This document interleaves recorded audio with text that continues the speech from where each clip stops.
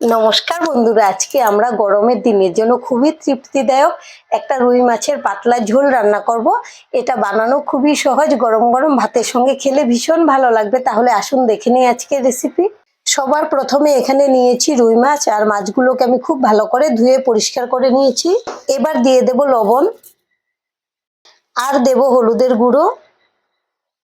এখন দিয়ে দেব কাঁচা সর্ষের তেল। এবার খুব ভালো করে মাছগুলোকে আমি মেখে নেব। এইভাবে যদি একটু কাঁচা সর্ষের তেল দিয়ে মাছগুলো মেখে নেন, তাহলে কিন্তু ভাজার সময় ছিটকানোর চান্সটা কম থাকে। অনেক সময় মাছ ভাজতে গেলে দেখবেন অনেক গায়ে এসে ছিটকে পড়ে। আমি এইভাবেই সবগুলো মাছ মেখে নেব।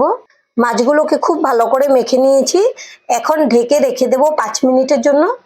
এবার একটা মশলা রেডি করে নেব। তার জন্য এখানে নিয়েছি 1 চামচ জিরে গুঁড়ো, ধনে গুঁড়ো, হলুদ গুঁড়ো, ঝাল লঙ্কার গুঁড়ো, কাশ্মীরি লঙ্কার গুঁড়ো। কাশ্মীরি লঙ্কাতে ঝাল হবে না, শুধু কালারটা সুন্দর হবে। আপনারা চাইলে এটা বাদ দিয়েও করে নিতে পারেন। এখন জল দিয়ে মশলাটাকে গুলিয়ে নেব। আর ঝালটা আপনারা যেরকম পছন্দ করেন সেই বুঝে কম বেশি করে নিতে পারবেন। আমি মশলাটাকে খুব ভালো করে গুলিয়ে নেব, গুলিয়ে রেখে দেব সাইডে। এটা কিন্তু এরকম গুলিয়ে রাখার জন্য অনেকটাই নরম হয়ে যাবে, মানে সফট হয়ে যাবে। তখন কিন্তু এই মশলাটা বাটা মশলার মতোই টেস্ট আসবে রান্নাতে। আর এদিকে গ্যাসে একটা প্যান বসিয়েছি, প্যানটাকে খুব ভালো করে গরম করে নিয়েছি। এবার দিয়ে দেব সর্ষের তেল। আপনারা চাইলে কিন্তু সাদা তেলেও রান্নাটা করতে পারবেন। তেলটাকে নেড়ে দেব। আর অনেক সময় দেখবেন মাছ ভাজতে গেলে কড়াইতে লেগে যায় বা ভেঙে যায়।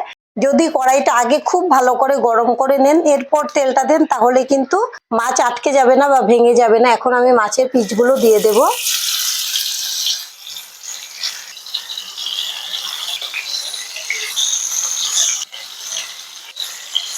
এক সাইড মাছগুলো ভালো করে ভাজা হওয়ার পরে এখন আমি মাছগুলোকে উল্টে দিচ্ছি।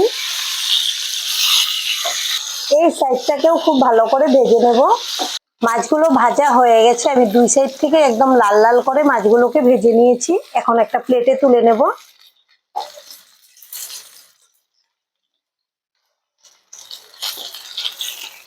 আর এখানে আমি 2টা বড় সাইজের আলু এরকম লম্বা করে কেটে নিয়েছি।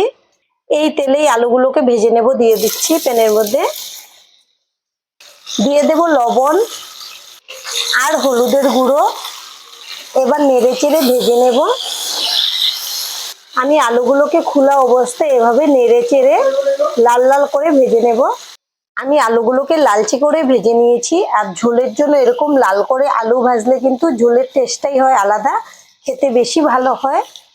আর আমাদের আলুগুলো 50% মতো সেদ্ধ হয়েছে। এখন আমি তেলটাকে ঝরিয়ে তুলে নেব। আমি যেহেতু খোলা অবস্থায় ভেজেছি, তাই কিন্তু যদিও লাল হয়েছে, সেদ্ধ কিন্তু 50%ই হয়েছে। বাদ বাকি সেদ্ধটা ঝোলের সঙ্গে হয়ে যাবে। প্যানের মধ্যে অনেকটা তেল রয়ে গেছে, তবে আরেকটু তেল দেব। ফোড়নের জন্য নিয়েছি একটা শুকনো লঙ্কা, 2টা তেজপাতা একটু চিড়ে দিয়ে দেব। আর এখানে নিয়েছি 1/2 চা চামচ গোটা জিরে। এবার ফোড়নটাকে একদম লাল করে ভেজে নেব, একটা মিষ্টি সেন্ট বের হওয়া পর্যন্ত। প্রায় 30 সেকেন্ডের মতো ফোড়নটাকে ভেজে নিয়েছি। আর এখানে একটা বড় সাইজের পেঁয়াজ কুচি নিয়েছি, দিয়ে দেব। পেঁয়াজটাকেও নেড়ে চেড়ে ভেজে নেব। পেঁয়াজগুলো যখন ভাজতে ভাজতে এরকম নরম হয়ে যাবে, তখন আপনারা চাইলে এখানে আদা রসুন বাটাও দিতে পারেন। তবে আজকে আমি আদা রসুন কিছুই দেব না, এমনিতেই কিন্তু রান্নাটা ভালো হবে। পেঁয়াজটাকে একদম লাল করে ভেজে নিয়েছি আর অনেকটাই নরম হয়ে গেছে। এবার আমি প্রথমে যে গুলিয়ে নিয়েছিলাম মশলাটা, এটা দিয়ে দিচ্ছি। বাটিটা ধুয়েও একটু জল দিয়ে দেব। এবার মশলা খুব ভালো করে কষিয়ে নেব। এবার দিয়ে দেব স্বাদ অনুযায়ী লবণ। নেড়ে চেড়ে মশলাটাকে আরো কষিয়ে নেব।